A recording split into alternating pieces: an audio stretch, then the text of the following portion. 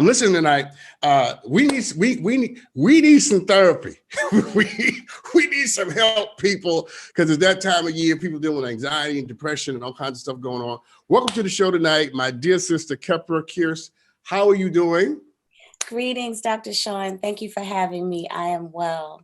Yes, I love. First of all, I love how even you are. Like I'm not that way. Like greetings, that I'm a blah, blah, blah, blah, blah, blah, blah. You know, you just come on like you're like a steady brook that just keeps right on going. I love that. Thanks. I It love. took a lot of learning and practice to be that way. I am the sum total of all of my experiences. And, I always come from the notion that if I can heal myself, then I'm here to share the tools that I've learned so that people can heal themselves, because we don't have time to wait on others and no one's coming to get us and save us. Nobody's coming to So, save us. But but yeah. but but, but Kheperah, tell me this. What did you have to heal yourself from? Well, I had to, two things. I had to get out of my own way, so to speak, and really know how to work with fear, Mm, and also to heal myself from ego, from not listening. I had some physical issues as well. When I was a younger woman, I had issues with my womb area, with my mm, menses. mm. And, with a lot of European doctors, they'll tell you that you've got to take all kinds of medication or even get surgeries. But when I shifted my eating, I found that a lot of my womb issues healed themselves. So that was one of the first things when I was in high school. I would actually be out of school for several weeks at a time. So it was a good thing I was an A student. But not knowing that a lot of the processed foods, the heavy meats, the heavy starch, and stress contributed to a lot of womb issues. And so Mm. thankfully, I am a proud mother of two beautiful, amazing human beings who are now adults. And a lot of that was attributed to shifting my eating habits. And Wow. yeah, No, that's powerful. I mean, yeah, that is down because I wager to think that there are watching tonight women who have a similar struggle and a similar journey, but only to be captured or in bondage to, medicine and pills and yes. pharmaceuticals Unnecessary and all of that. surgeries. Yes. Yeah, and Hysterectomy. surgeries. Yeah, that's a big one, right? Yes. Yes. So I'm grateful for that. And then I think the main healing for me, one of my favorite words is be also transformed by the renewing of your mind. Because, growing up Black in America, I think, studies say that Black people have experienced a lifetime of trauma. You think about slavery, and you can imagine rape and, being separated from your family, and just being forced to work for free under such conditions, and then being released, and there's no surgery, there's no severance package, there's no healing process. And then there's the Jim Crow era, the civil rights movement. And then we continue to look at all that's happening in our community today, and even the disparity that proves itself because of COVID, and how COVID just kind of ripped the covers off of disparity in terms of healthcare and well-being in our communities. And it wasn't just physical, but mental, psychological, emotional. I mean, so many layers of issues. And Yeah. so, Yeah, and we are replete with those things, and so let me ask you this, because I'm gonna spend the rest of our conversation tonight getting your help and advice okay. on working with people, but All but I, right. wa- but I want to ask you just one more question about you, because I know that you do wellness and you bring people to that place and you guide them there, but would you say that you came to wellness from joy, or did you come to wellness from suffering? That is a great question. I think it was a combination of both. Mm, Um, how I came into the space was actually, I was working in the music industry in the 90s during the golden era of hip hop. And through that journey, I had 10 years in that industry. And when I finally got to that big job where I had an employment contract and I was making good money and I was at the pinnacle of my career, something inside of me said it was time to go. And so there was no bush that burns, there's no sea that parts, but when the God is talking to you. And so I didn't listen for a while, but then when I finally just surrendered my will, what I received was that I needed to go and work with young people to help them heal. And it was a combination of growing up in, housing development in Brooklyn, in Canarsie, and experiencing, violence, illness, being privy to just the drug abuse in the community and all of the pain. And always something inside of me wanting more, wanting to feel better. Mm, Being an mm. A student, but really because of survival, my drive to succeed was based on getting out of suffering, and not for my home because my parents are loving individuals from the South, but just the environment. Yeah, yeah. And so there's that, and showing up in spaces, even in my corporate career, where many times I'm the only Black executive, or in school I was the only Black child in the class, and we integrated the school. And so just that experience of excelling, meeting my goals, but not really nurturing my soul.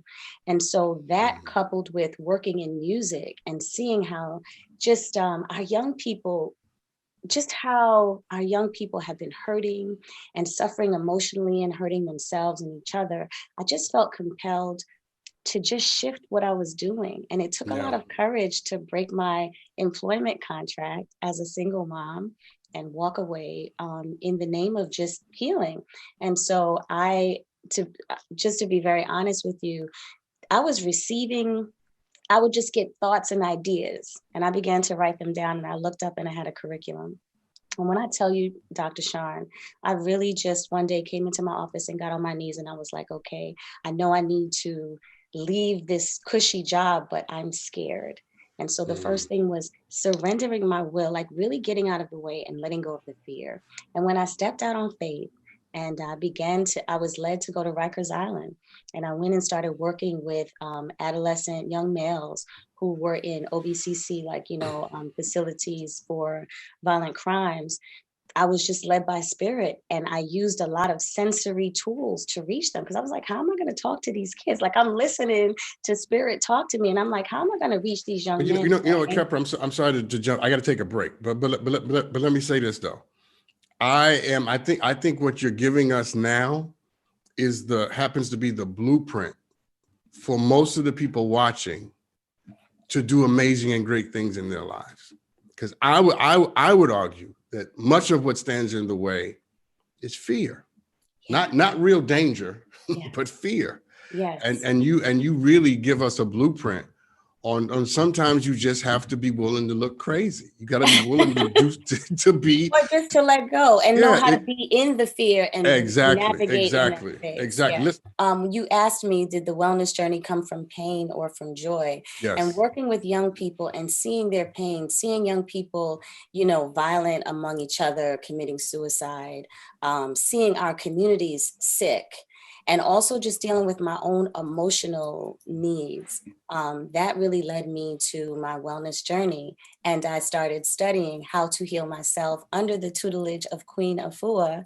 I went through her Sacred Woman Wellness Program, where I really learned to heal myself with natural foods and herbs. And then I continued to go on to different teaching modalities to learn how to shift the way I was seeing things in order to also manage stress and my emotional balance. Because if you can eat, Well, all the kale. Kepler, Yeah. that's where I want to go. That's where I want to go. So Okay. let me put you to work. All right. All right. So everybody these days is dealing with anxiety. Everybody has anxiety. I mean, anxiety. When I was coming up, I don't know how old you are. I'm not asking either. But when I was coming up, we probably had anxiety, but nobody was like anxiety. It's just like go keep. Nowadays, your dog has anxiety. Your cat has anxiety. Everybody has it, and much of it legitimate. Please, what are some tools for helping people deal with anxiety, especially now? Yeah. So as silly as it sounds, or as simple as it may be, first of all, knowing the science of the fact that anxiety comes from fear of the future, like what might happen, or really fretting about the past and bringing that into the present. So like really focusing on the present moment, the reason why they call it the present, because it truly is a gift. When you're riddled with anxiety, it's usually because you're afraid of something that might happen, like you just said earlier, right? And so in those moments, doing things that will ground you to the present, it might just be drinking some water or listening to a sound. I have these singing bowls that I use. They're my new favorite toys. And I just activate the sound. You know, just humming. If you don't have a bowl, you are the sound, you are the song. Or also cleaning the blood, detoxifying the body. When you eat a lot of processed foods, what happens is the blood becomes toxic. And so the blood is supposed to bring oxygen to the organs and to the brain so that you can act, so the brain can release hormones to calm you down. So when you're fretting the future, oh my gosh, am I going to get COVID? Am I going to lose my job? Am I going to be able to survive? You're creating trauma in the brain. The brain doesn't know it's not happening yet. So it starts releasing stress hormones because it thinks, oh, we got to fight, we got to run. And so it releases cortisol and adrenaline because it's getting you ready to fight, to flee, you know, to survive. And then nothing happens, but you've got all this cortisol in the blood. And then you develop a lot of the pre-existing conditions, which cause more stress. So the first thing is to take a moment to say, wait a minute, where am I? Is this happening right now? Is this real? Yes, that could happen, but I'm in the moment. Let me touch some water. Let me take a bath. You know, let me do something to alkalize the body.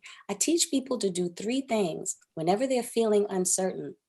Get in alignment, like some deep breathing or something to just reconnect you and ground you, or alkalize the body, like make the body more alkaline than acidic. So you, whether that's eating some greens or some fresh fruits, just to restore the pH balance in the body, or to remind yourself of who you are and get a good word. And so I say align, alkaline, remind. I'll say it again. Align, alkaline, remind. Just to remember, wait, hold on, let me get in alignment. One of the things that's a one-stop shop is aloe vera. So when you talk about stress in our community and COVID, when the pandemic first hit, I was working in the epicenter in South Jamaica, Queens. And we needed to do something and help people to get some quick tools, you know, to help heal themselves or protect their immune system. So this is an aloe vera leaf, right? And so aloe vera is very inexpensive, but it has like 75 vitamins, minerals.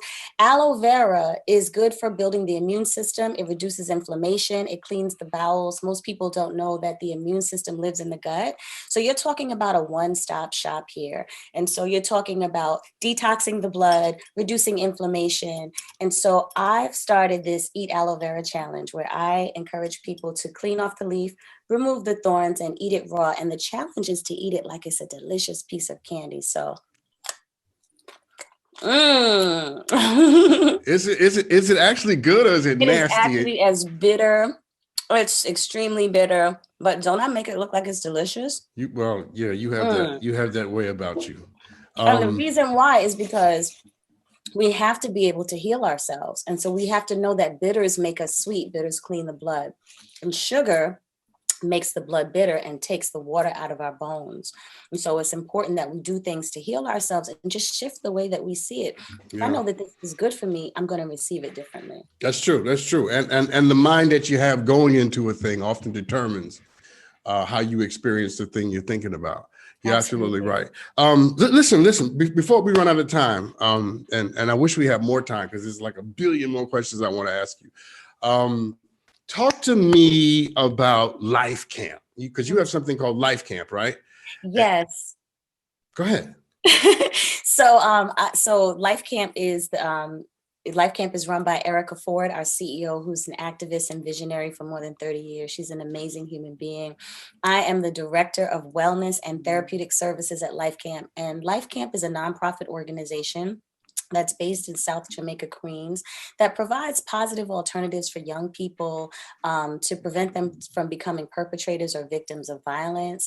And what I do in my role is I get to create unconventional therapeutic wellness services for communities, for our communities impacted by trauma, by the trauma of violence, by the trauma of COVID, by the trauma of poverty and systemic racism.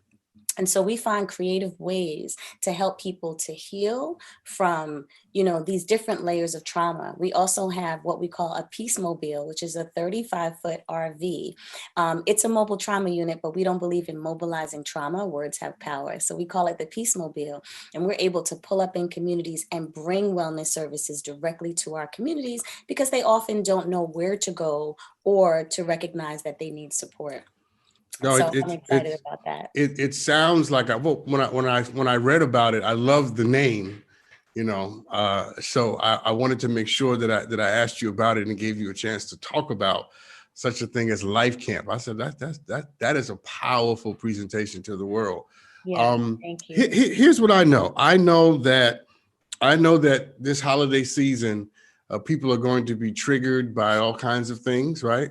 And I know that I get a sense tonight that you probably have some good advice on how to deal with that. How can we deal with being around people, even people we're quarantined with, yes, who are constantly triggering the hell out of us? Yes. So recognize that when you're being triggered, it's actually not the other person. It's an opportunity for you to recognize that there's some unresolved material that you need to heal. Because how can somebody actually physically trigger you if they don't touch you? So you want to shift the way you see them and recognize that that person is actually bringing an opportunity for healing and making you aware of it. Now that's not easy because the moment we're triggered, the first thing we do is attack. Right? But if you can, before you think to respond, remember your upset is your setian, your lower forces coming up and out. And so take a moment if you can to just breathe and be still and feel the feeling. Recognize where the energy is going. Is it in your heart? Is it in your gut? Is it in your head? And hold still and let that storm subside. Just hold still and breathe and observe what's happening. Observe what's happening in your body. In you, right? Not what's happening in the dynamic between you and the other person, and but when what's the person happening in says you. something to you about you, say, thank you for that information.